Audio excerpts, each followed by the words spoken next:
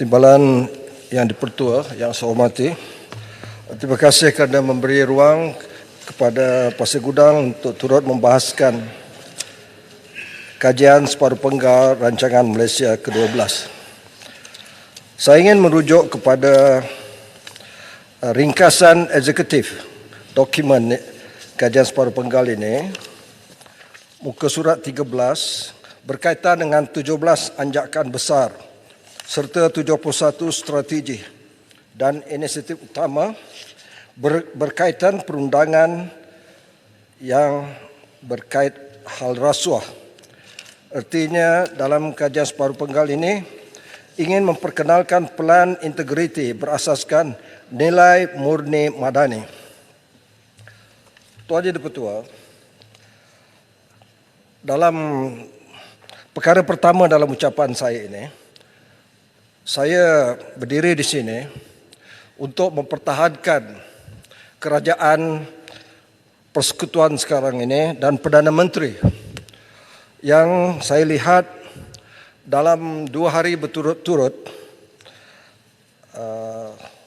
beliau dalam Dewan ini telah dikritik, kalau metaforanya boleh disebut dibelasah kiri dan kanan berkaitan dengan isu DNAA. Saya telah mendengar sampai pukul 7.30 malam, 2 hari berturut-turut, dan saya sabar mendengar ucapan itu, dan hari ini saya ingin mempertahankan Perdana Menteri kami, Perdana Menteri kita semua.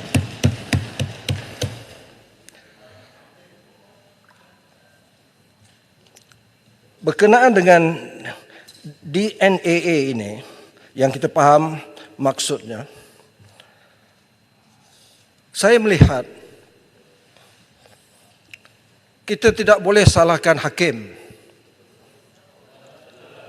Kita tidak boleh salahkan judiciary, badan kehakiman. Dan saya melihat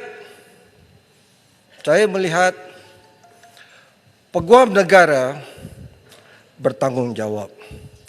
Peguam negara bertanggungjawab dalam soal melepaskan tanpa dibebaskan dalam kes yang berkenaan di bawah perkara 145/3 Perlembagaan Persekutuan. Kuasa budi bicara Peguam negara. Tuan Yang Di-Pertua, malah di luar Dewan ini, sebaik saja kes itu berlaku, sebagai seorang ahli parlimen,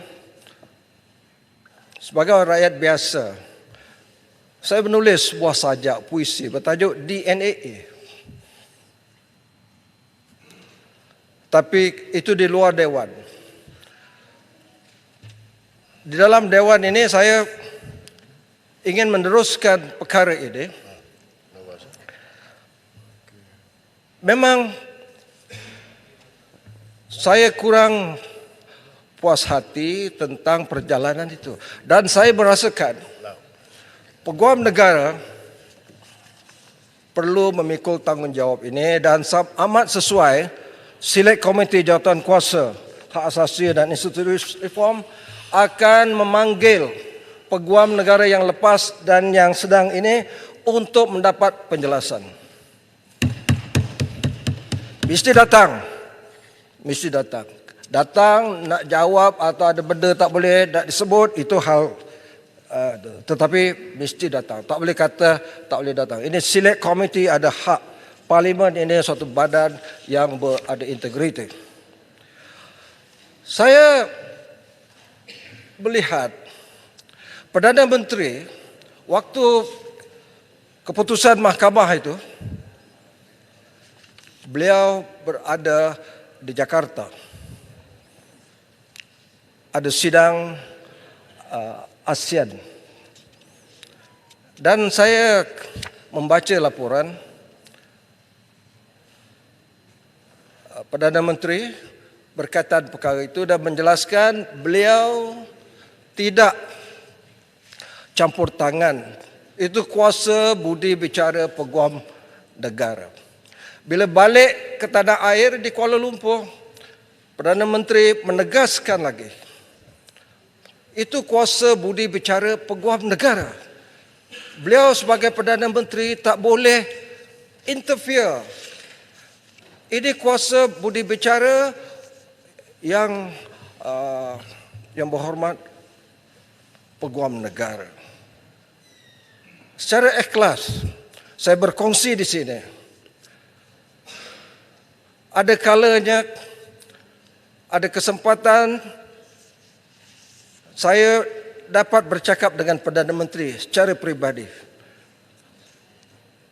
Saya pernah sebut, saya tak panggil, saya tidak minta lesen, saya tidak minta kontrak.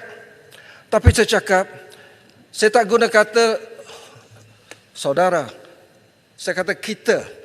Saya beritahu, kita tidak boleh campur ke hal mahkamah. Kita mesti jaga independence of judiciary. Dan beliau setuju. Beliau tidak mau campur. Bukan saja mahkamah, tetapi kuasa AG Chambers, kuasa peguam negara. Dan saya percaya, malah apabila Paguh dituduh, apabila Tasik Gelugur dituduh, saya berhubung direct pada beliau. Jangan inyayakan lawan saingan politik kita. Saya tidak setuju selective prosecution. Dan Perdana Menteri, saya kongsi dalam parlimen, menyatakan bahawa tidak, saudara.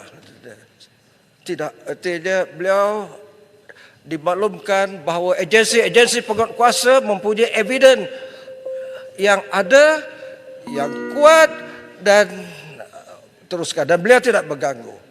Jadi, oleh dah habis masa kat dia. Teruskan. Jadi, saya landing sekarang. Yang dipertua.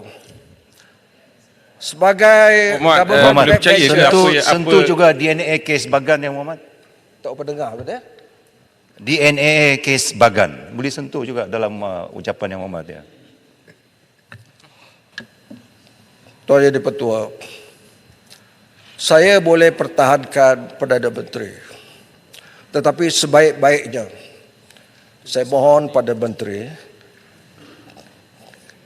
kalau tidak masa yang terdekat ini, waktu sidang Prime Minister question time, mana ada masanya, saya minta beliau jelaskan sendiri. Kerana Masih guna apa yang dikatakan oleh Perdana Menteri itu, pengakuan itu boleh percaya atau tidak? Ya, apa yang dilaporkan di dalam akhbar dari segi undang-undang adalah hearsay. Apa yang dilaporkan dalam akhbar, apa yang disebut oleh Perdana Menteri itu adalah hearsay. Dengar cakap. Saya percaya apa yang beliau kata pada saya itu antara dua orang sahabat, pemimpin dengan anggota partinya. Saya ada berhak untuk percaya kepada apa yang pemimpin saya cakap. I will not throw my leaders under the bus. Saya tidak akan campak pemimpin saya di bawah bas. Saya akan pertahankan di dalam dewan ini. Tetapi untuk berlaku adil, supaya sahabat-sahabat di blok pembangkang dan kami backbenchers ini, kami nak dengar dari Perdana Menteri sendiri supaya isu DNAA ini dinoktahkan juga di Dewan ini. Sekian, terima kasih.